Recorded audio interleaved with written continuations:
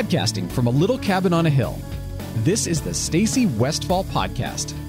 Stacy's goal is simple: to teach you to understand why horses do what they do, as well as the action steps for creating clear, confident communication with your horses. Hello and Happy New Year. I'm Stacy Westfall, and I teach people how to understand, enjoy, and successfully train their own horses. In this first season of the podcast, I'm discussing issues that I frequently see impacting the way that riders think. In today's episode, I'm discussing a New Year's favorite, goal setting. And I would specifically like to talk about setting SMART goals, or goals that you have control of, as well as accidental goals.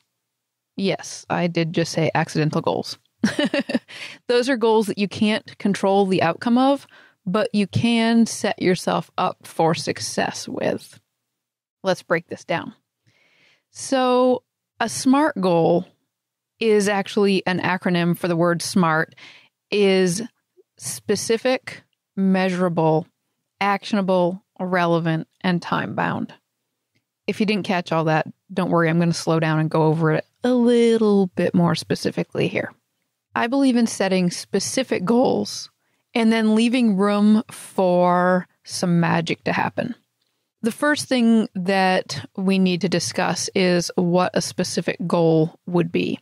So examples of non-specific goals are maybe the better way to start. So I jumped into my email file and started to dig out phrases that people have sent me over the years, like improve my riding, build a solid relationship with my horse, get my communication where it needs to be, or work on my confidence. While those are all pieces of a goal, they're not broken down far enough to be SMART goals because they're not specific, measurable, actionable. So let's go ahead and slow this down a little bit more. Some of my most frustrating memories have involved really poor goal setting. One of my perennial favorites until I had a breakthrough was, I just want to win this class. It didn't feel that far out of reach because it was specific, it was measurable, it was actionable, it was relevant, and it was time-bound. But what I left out was that it was also outside of my control. So you can set a SMART goal, which would be, I'm going to ride my horse 5 days a week for an hour a day. It could be, that makes it specific and measurable, actionable, relevant to the possibility of winning the class, and time-bound because it's daily, measurable as far as 5 days a week. What you have to keep in mind is that at the end of the day, you can't necessarily control the outcome of the show, but you can set yourself up for success. In 2018, I set a goal for myself to exercise 3 times a week, either running or strength training, plus yoga 2 to 3 times a week. This was a very SMART goal because it was specific. I didn't have to wonder what I was going to do. It was measurable. I could write it on my calendar every day, whether I did or didn't do it. I could add up at the end of the week what I had done or where I'd fallen short.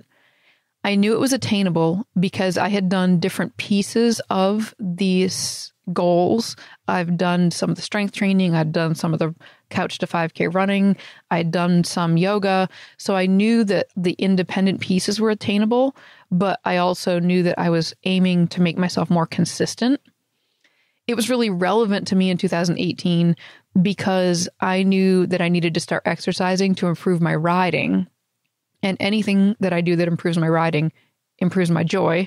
So I knew that it was relevant because I'm over the age of 40 now, and I could feel a difference in my body where it was naturally maintaining itself as compared to when I was younger. I knew I needed to add exercise, and it was time-bound. I could measure it daily, weekly, monthly, and I could see how I was doing. So this was a very SMART goal as far as exercise went, but it also left room for that accidental goal I was talking about. I didn't even have the goal of running a 5K, but 6 months into this program that I had developed, this SMART goal, I looked up one day and thought, I could actually run a 5K. And it was really kind of funny because I signed up for it. I went, I ran. And when I got done, I texted my mom, who's a really sweet woman. And I said, Mom, I ran a 5K. And she texted back, did you say you signed up for a 5K? Because if you actually knew me growing up or until just the last about year, I really never had exercise before.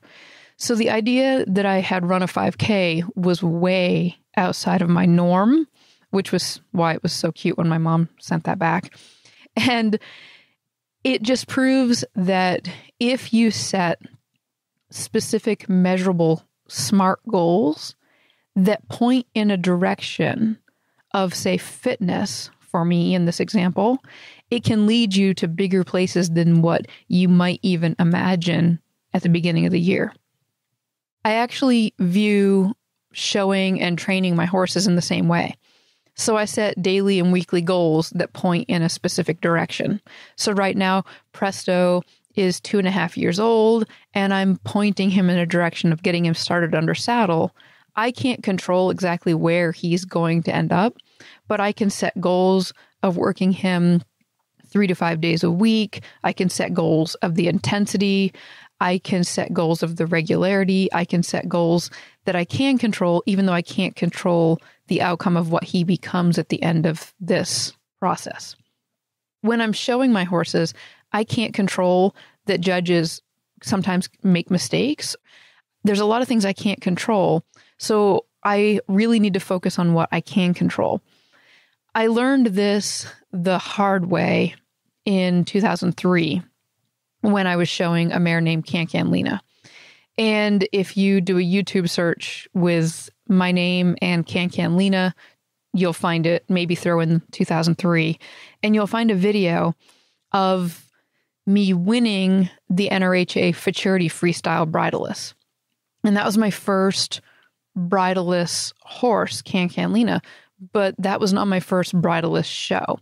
My first bridleless showing on her was actually in October, about a month before, a little more than a month before the video you see online.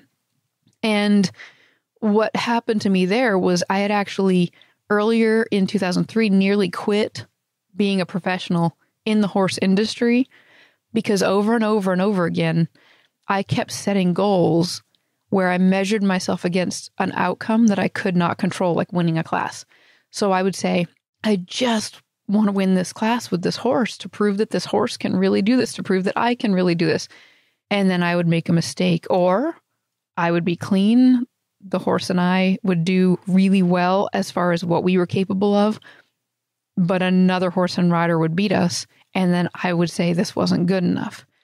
The magic really didn't happen for me until I showed Haley, is what we called Can Lena, until I showed Haley at the Quarter Horse Congress in October and actually completely bombed. Like I left out a maneuver, so I ended up getting a score of 0 because I didn't perform all the required maneuvers, and it was devastating to me.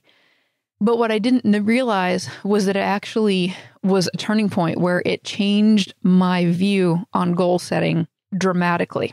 The video that you end up seeing on YouTube in December was only possible because I changed my goal from winning or finishing in the top 5, because after I completely didn't finish in the top anything because I left out a maneuver and got taken out of the class, penalty 0, I realized that even though I knew there was a possibility I wouldn't win, I also, in the back of my mind, had to admit after the fact that I had thought, well, at least, I'll be in the top. I mean, my horse is really good. The routine is really good.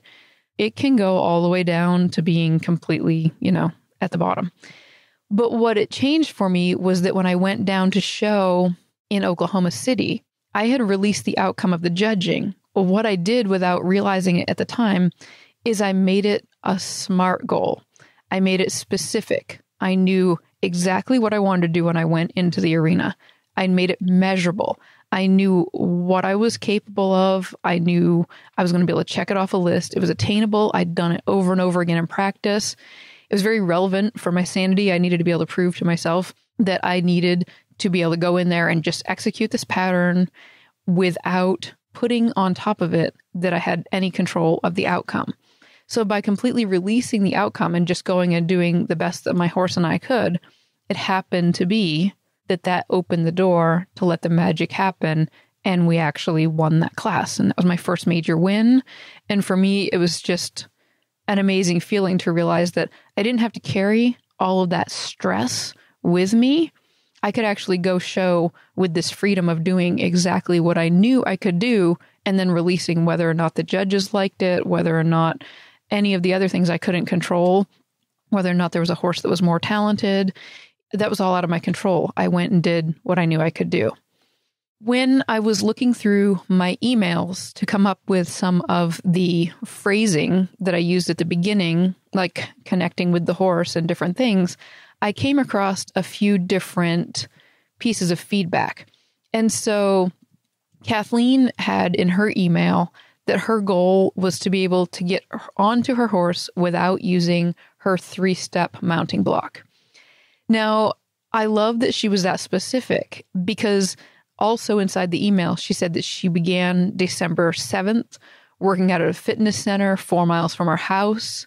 She said that her goal was to build her arm and leg strength to accomplish the goal, and that an additional goal after the holidays was to lose 20 pounds.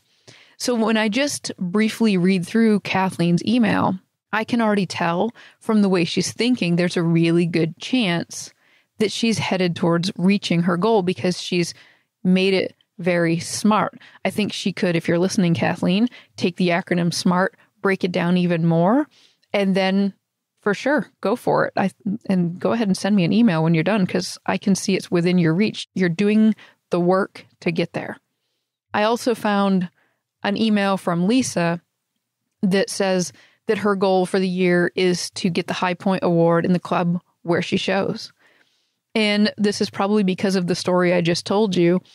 In my mind, although Lisa had a whole bunch of other stuff to say unrelated to goal setting, it was a much longer email.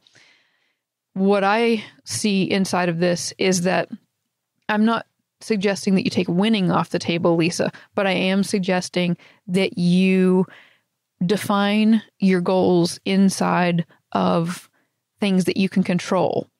So you can make it so that, you're going to get your horse fit and be at your maximum by this show date. You're going to do that by riding X time a week. You're going to do that by going and riding under a judge, taking a lesson and understanding what they're looking for. You're going to review video work once a week.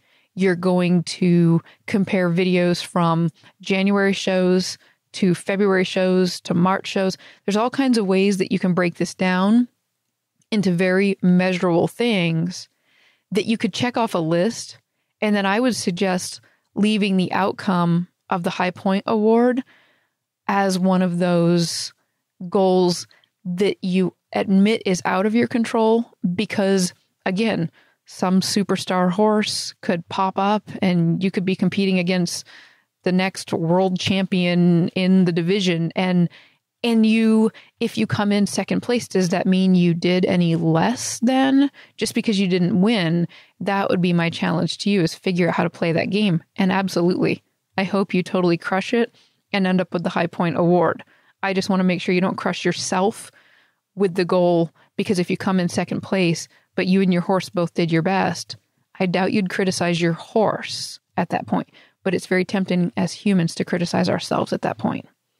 I know that there are a few of you out there listening, because based on the feedback that I've gotten from the first 6 episodes, there's quite a few of you listening that are interested in either becoming trainers or growing a business inside the horse industry.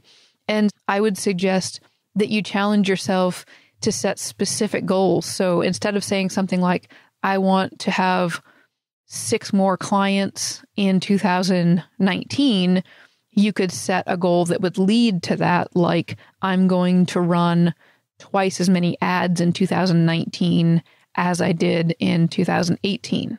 Or you could say something like, I want to increase my profits. Well, that's a great goal, especially in the horse industry where there's not a huge margin, but maybe your actual measurable goal would be to review your expenses weekly so you can figure out how to make more profit without even having to make more money just because you start figuring out what's going on with the expenses. You can control some of these expenses. You can control running these ads, and then you can see how that then picks up those other more intangible things. If you've been listening to these podcasts and you have a question or a comment, I have a really cool way that you could be featured in an upcoming episode. So Jackie found this button on the right-hand side of my website when you go. So take a listen to what Jackie had to say. Hi, Stacy. Just want to let you know how great I think your podcast was. And I'm very excited to continue to hear them. And you did really wonderful. And you're just so bright and smart. And thank you. Thank you, Jackie, for sharing that. And if you have a question you would like me to answer, or if you have any feedback that you want to have possibly featured in an upcoming episode, you can go to stacywestfall.com. And on the right-hand side of the screen, you can see that there's a tab that says leave a voicemail. It kind of runs vertically up and down the side. And it does max out at about a 90-second recording. I look forward to hearing from you, and thank you for listening. If you enjoy listening to Stacy's podcast, please visit stacywestfall.com for articles, videos, and tips to help you and your horse succeed.